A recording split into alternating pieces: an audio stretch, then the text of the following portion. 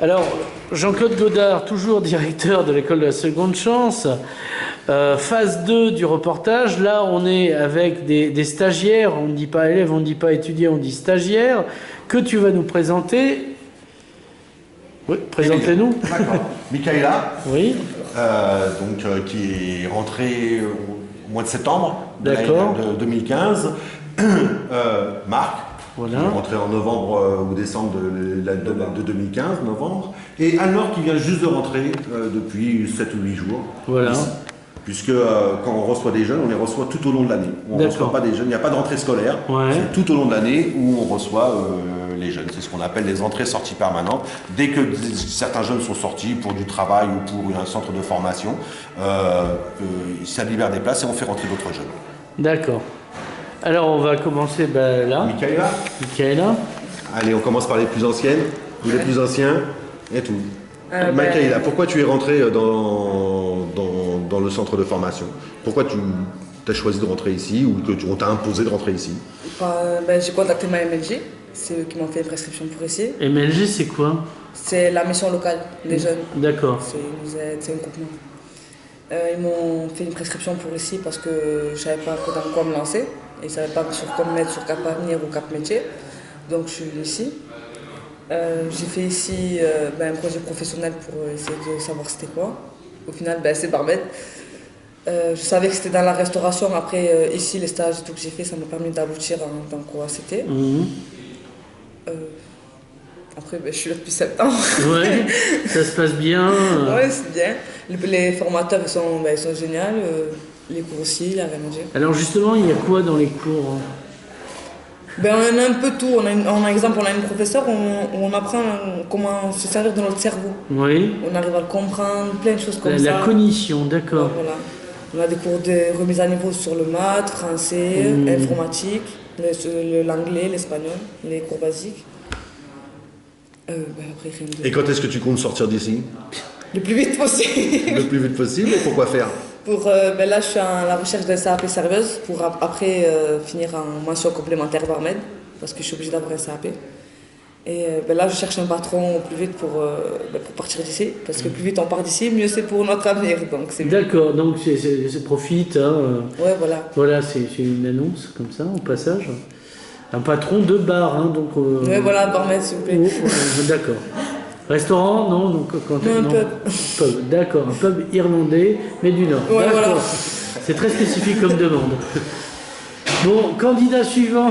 Alors, Marc, toi, tu avais une idée de ce que tu voulais faire quand tu es arrivé ici? Moi, avant de rentrer à l'école de la deuxième chance, j'avais déjà une ambition. Je comptais travailler dans le bâtiment. Et du coup, voilà, ça m'a permis de faire des stages, de rencontrer des entreprises et de connaître vraiment comment ça se passe à l'entreprise. Et donc voilà, en ce moment, je suis avec un parrain, je suis suivi par un parrain, j'ai un rendez-vous. Et en fait, ils vont nous aider, ils vont nous conseiller, nous demander des choses, ils vont nous suivre, quoi. Et ça m'a permis aussi de passer mon code.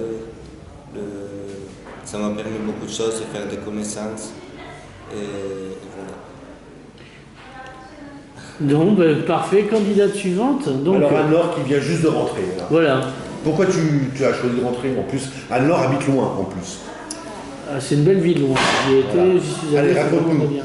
Moi j'habite donc à 45 km de Perpignan. Oui. Donc tous les matins je me lève à 5h30 pour prendre mon bus à 6h15. Ouais, voilà, c'est précis. Voilà, pour arriver.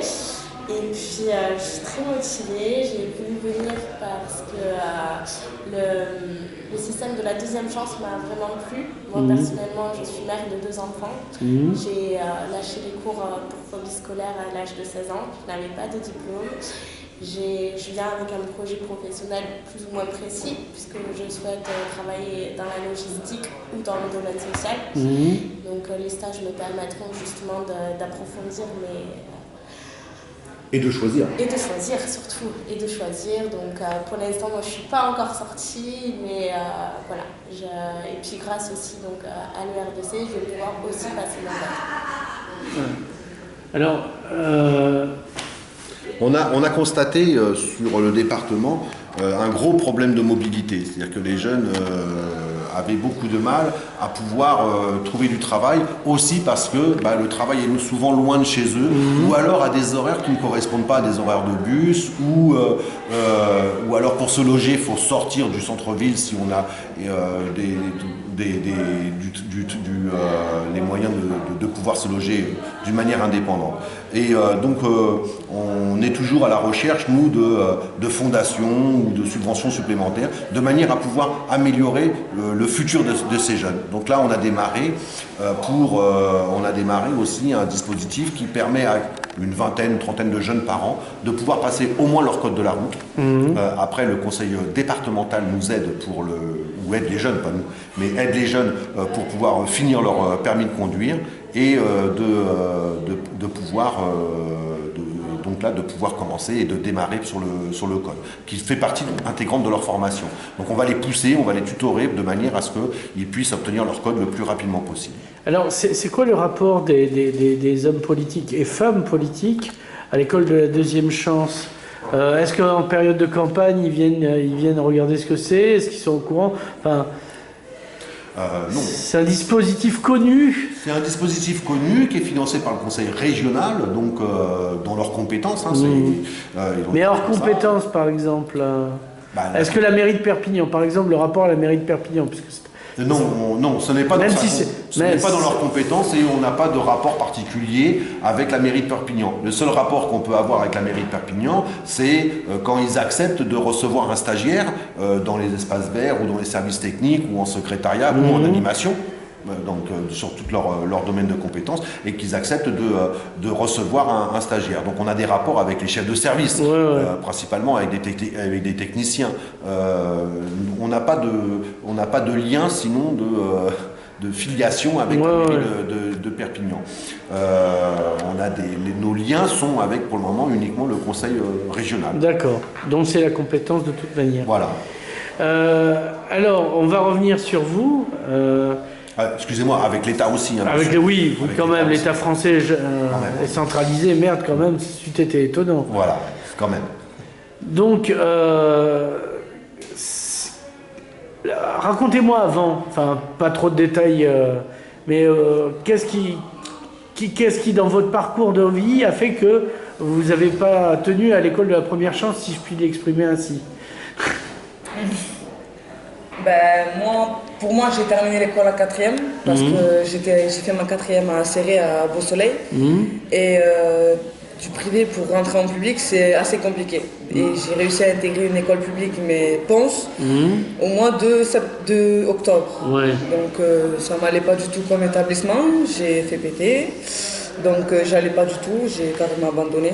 Après j'ai arrêté tout pendant 3 ans. Donc pendant 3 ans j'étais sur mon canapé avec mon téléphone. Et du coup je me suis réveillée. J'en avais marre de rien faire et je voulais travailler. D'accord. Donc je suis venue ici. Très bien. Moi en fait j'ai quitté l'école en 3e parce que c'était un manque de maturité. Je ne comprenais pas à quoi servait l'école. Donc voilà, je préférais me servir de mes mains et travailler de temps en temps avec des amis à moi au plat. Mais bon, sinon à part ça, je me suis toujours débrouillé un peu. Mais l'école de la deuxième chance me permet de rentrer en contact avec des formations et travailler honnêtement. Et voilà, elle nous donne un peu de maturité. D'accord. Alors, Anne-Laure. Moi, j'ai quitté l'école en début de seconde professionnelle par rapport à une phobie scolaire. Donc, pendant plusieurs temps, il ne fallait pas me parler d'école. Et le fait d'avoir vu mes enfants, ça m'a fait acquérir une certaine maturité. Et en fait, je me suis dit, moi, je vais pousser mes enfants à faire des études parce que, personnellement, heureusement, je suis à l'école de la deuxième chance, mais voilà. Et je me dis, oui, mais je vais les pousser, mais moi, en gros, voilà quoi. Donc, du coup, c'est pour ça que ça m'a réveillée et que je me suis dit, non, je vais faire quelque chose de ma vie et leur montrer l'exemple. D'accord. Alors, qu'est-ce qu'on peut dire qu'on n'a pas encore dit, qu'il faudrait dire avant de conclure cette interview? Franchement passionnant. Elle était tellement passionnante qu'on a du mal à compléter. Non, nous, ce qu'on peut dire qu'on arrive quand même à avoir des résultats, malgré ce que peut en dire quelques-uns.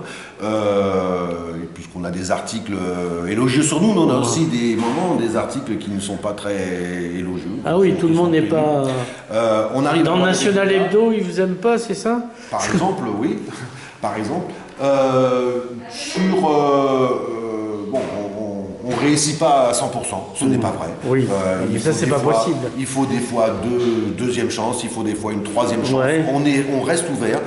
Des fois, on est en échec parce que les jeunes ne sont pas prêts, parce que c'est trop difficile pour eux de passer de l'oisiveté au monde du travail, parce qu'ici on rentre dans le monde du travail, que c'est souvent difficile pour eux et que des fois il leur faut du temps, il faut stopper, recommencer, restopper, mais que au moins pour la moitié de nos jeunes, ils arrivent à sortir avec une qualification ou avec un emploi.